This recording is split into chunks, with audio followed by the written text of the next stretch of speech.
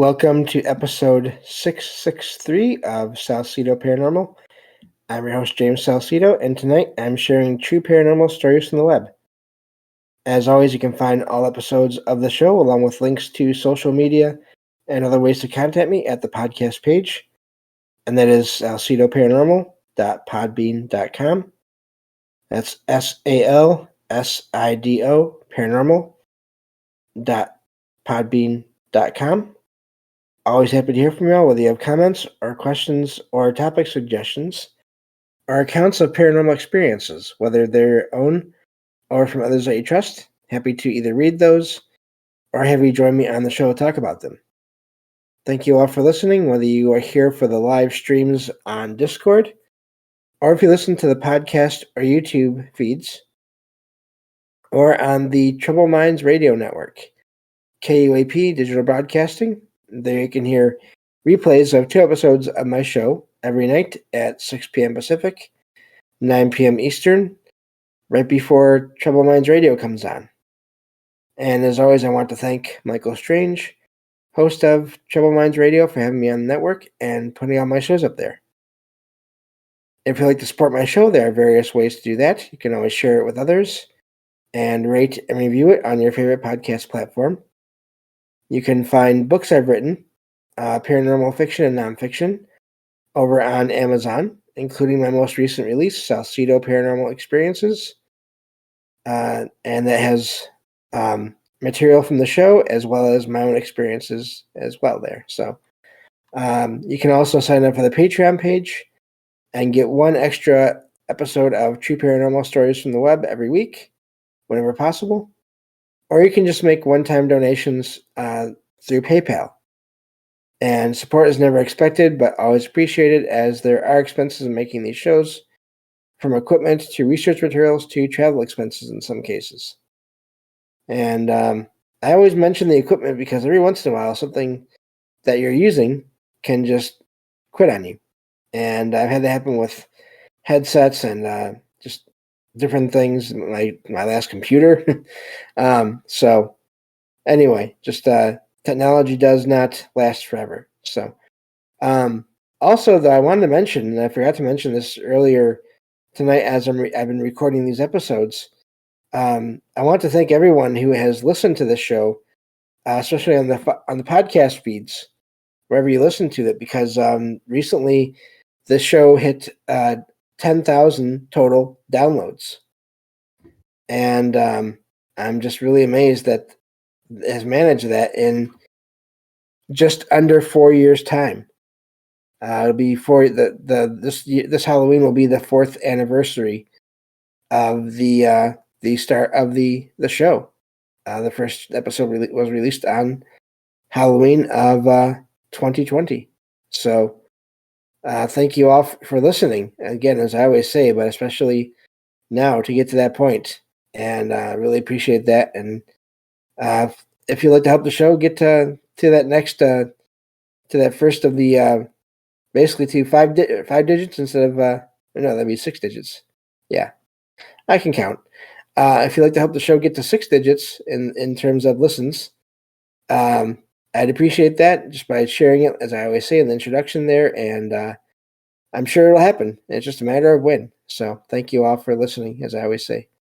But yeah, I wanted to mention that on the feed on the show, because I've shared it on social media, but I didn't think to mention it until just now on that show. But so everyone, thank you, and I'm looking forward to having this continue on and get bigger and better, and hopefully with more listeners. So, and with that, we can get on to the true paranormal stories from the web here. So yes, thank you all. And so getting to the material here, this first one says, in 2008, when I was 24, I visited my best friend in San Francisco. Excuse me. Though I lived in Indiana at the time. I was born in California, but moved to the Midwest as an infant and hadn't returned to California until this trip. During a visit to Golden Gate Park, an intense and vivid memory suddenly overtook me as I was in the car. I began speaking as if someone else was speaking through me, describing a white building where flowers were placed, a train ride, and a carousel, mentioning that I had visited the area with sisters and children. I described feeling the wind while standing on the train and how the children wanted to ride the carousel, which I had promised them. Despite not knowing what I was saying, I accurately predicted the presence of a white building, which turned out to be the Conservatory of Flowers. Later research revealed that Golden Gate Park opened in 1870 and the Conservatory of Flowers opened in 1879, with trains carrying visitors in open-air cars. The first public children's playground in the U.S. was located in the park, along with a carousel that opened in 1889.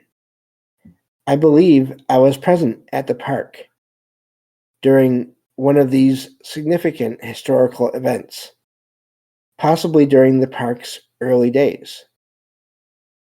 The experience left a lasting impact on me. I can still vividly recall details like my position on the train and the excitement of approaching the park. I have no other known connection to San Francisco or Golden Gate Park. I am grateful for this strange and powerful memory. And that's where that one ends. And I've read accounts like that before, where people who, as far as I know, they've never been to a certain place, but they've said there'll be this kind of building right over there, and it'll be there, and or that kind of park or that kind of house, wherever, and it ends up being the case. And the two sort of things I've heard about the possible explanations for this is, of course, what the writer there is sort of suggesting, which is some kind of past life experience. Or I've also heard the idea that it's not so much them, they are sort of being given or tapping into some kind of energy that has the memories that they're feeling or they're getting there. I always wonder about that. I tend to lean more towards the past life thing, but of course I have no idea. But I thought that was amazing to have that many details just show up in your mind, especially with the train, the open air train car.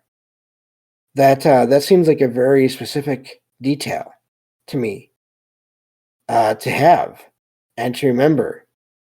So I thought that was an amazing account of, at the very least, something unexplainable by normal standards happening to someone there as they were heading toward an area that they had never been to in this life. So I thought that was a neat one there. And again, another example of something happening, but it's not a bad thing. It's not terrifying. It's not harmful. Just this amazing experience that someone had. Excuse me. So, moving on to the next one here. This says, I woke up around 6 a.m. this morning and saw a dark, blob-like creature with tentacles on my bed near the wall. The creature was about the size of my palm and resembled a huge bacterium, similar in size to a mouse. It was slowly moving along the wall, using its tentacles to, in quotation marks here, hold on to it. The creature moved like this for about 15 seconds before a purple aura appeared around it, and then it disappeared. The creature was three-dimensional, with a clearly defined form, and I checked it from multiple angles. It was not sleep paralysis, as I could move easily, nor was the experience induced by any substances, as I hadn't taken any the previous night. I didn't want to touch the creature, in case it might sting me somehow. Has anyone else ever encountered a similar creature? And that's where that one ends. So I've heard of sort of these shadow creatures. Usually they're floating along, like through the air somewhere, like an orb, but they're shadow. But I have heard in rare cases of them moving along floors, and it sounds like in this case moving along a bed and a wall. The aura that it gave off when it vanished, was it teleporting? There are shifting dimensions. Was it still there, and that was a way for it to sort of hide itself, make itself invisible? I have no idea, but that is quite the sighting right there. So I have no idea what they saw, but I don't blame them either for not wanting to touch the thing. Excuse me. Who knows what would have happened? Hopefully nothing, but I don't blame them either. And I like how they point out they can move. Probably wasn't a dream. They were moving around. And yeah, that's a wild one there. I've heard of these various shadow blobs or orbs or things moving around, but I've never heard of this purple aura or this other light aura that it gave off that then caused it to at least appear to disappear. That's a new one to me. So, which is part of why I love doing these shows, is seeing what patterns there are, and then finding new things that I had never heard of before. So, but yeah, I mean, what I really wonder is, did it teleport somewhere, or did it really vanish, or was it still there and it was some sort of way to hide itself, to make itself invisible? And there's really no way to know either way. So, moving on to the next one here. This one says, I work at a restaurant, and on Friday, our cooler broke down. The cooler needs to be kept at 38 degrees to prevent food from spoiling. A maintenance worker came in on Friday, confirmed the cooler was broken, replaced 2 parts, but still needed another replacement part, meaning the cooler wouldn't be fully fixed until Wednesday. On Monday, the cooler was suddenly working again, even though no one had seen any maintenance work being done on it on Sunday, and the cooler had been down all day Saturday. None of the other employees here have the technical skills to fix the machine. A key part of the machine is still missing, yet it is functioning normally. I blame, quotation marks, gremlins, and quotation marks, for the mysterious malfunction and repair. They are known for causing technology to break down and then work again mysteriously, as well as stealing parts. Excuse me, and that's where that one ends. I had heard of the breaking. I had heard of various beings breaking technology and taking parts. I had not heard the part about them making the technology work, though. Um, that's a new one to me. But again, I don't know where this person again was at. If they're from a part of the world where they're more people are more familiar with that. If they did some research on it and that's what they're sort of going on. But regardless of whatever sort of they think it might be, and I'm not saying they're right or wrong, it sounds like either way, you have a piece of machinery that was working when technically it shouldn't have been working, which is really amazing, and it does make you wonder if they are accurate. Whatever you want to call who or whatever caused these events, if there was someone there, some other being there that did this, that's amazing. And also, I mean, sort of like it fits in with sort of a trickster spirit or being or entity that just sort of does things at random and or to get attention. Um, so yeah, really amazing account there, especially with the cooler working again. I wonder if whenever they got the part that was missing, if it still worked. And again, with all these stories that you find online, of course, there's little to no way to find out, um, sort of get updates on these things unless someone posts one. But then those can get lost in all the other posts. So it's really hard to know. But I'd be curious once they got the replacement part put back in there, if it still worked, and just any. I don't know. I'd be curious to know if there was ever any activity in the location before or after these events happened.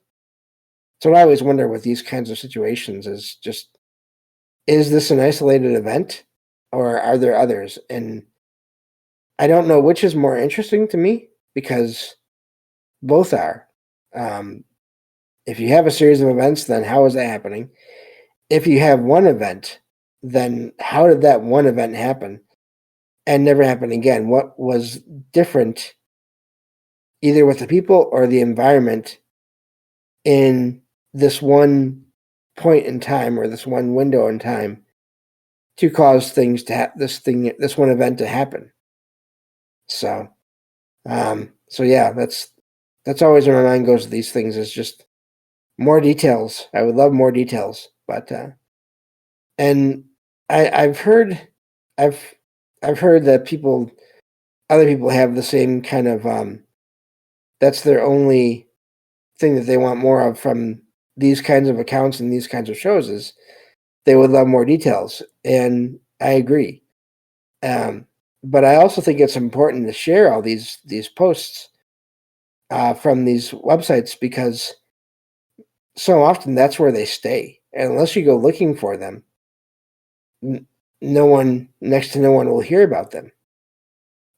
So that's sort of a big reason why I like to do these shows is to catalog these things, these posts of these experiences, and to get them out there more to see if anyone, maybe who hears the show at any point in time in the future, can sit there and say, "Oh yeah, I had something similar happen," and maybe hopefully someday reach out to me because as much as I love sharing these posts too, I would love to have actual listener experience stories on a regular basis.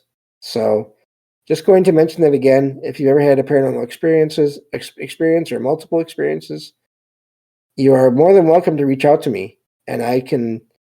If you want to type something up, I can either read that in the show, or you can join me on the show. And we've had some of those before as well, where I've had guests come on, and I've read some people's submissions as well.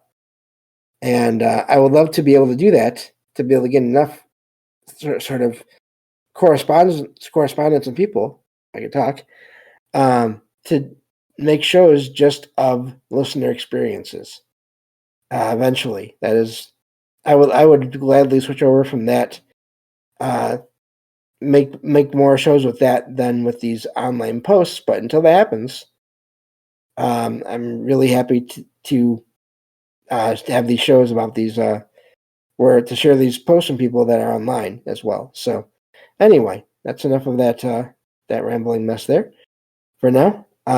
Moving on to the next one here. I think we can get at least one more in before we have to stop for this episode. This one says, let's see here. Okay. I was driving home around noon when I passed a senior care home, I guess, with a small steeple on the roof. I noticed a bright orb floating above the steeple, resembling a bright star that hovered without moving or changing. Now, keep in mind, this is around noon. This is in the middle of the day, which means it has to be pretty bright. Anyway, it says, I was so perplexed by the sight that I didn't think to take a picture. Again, really common with all these kinds of things. I stopped the car, got out to check if it was a reflection from the car windows, but confirmed it was not.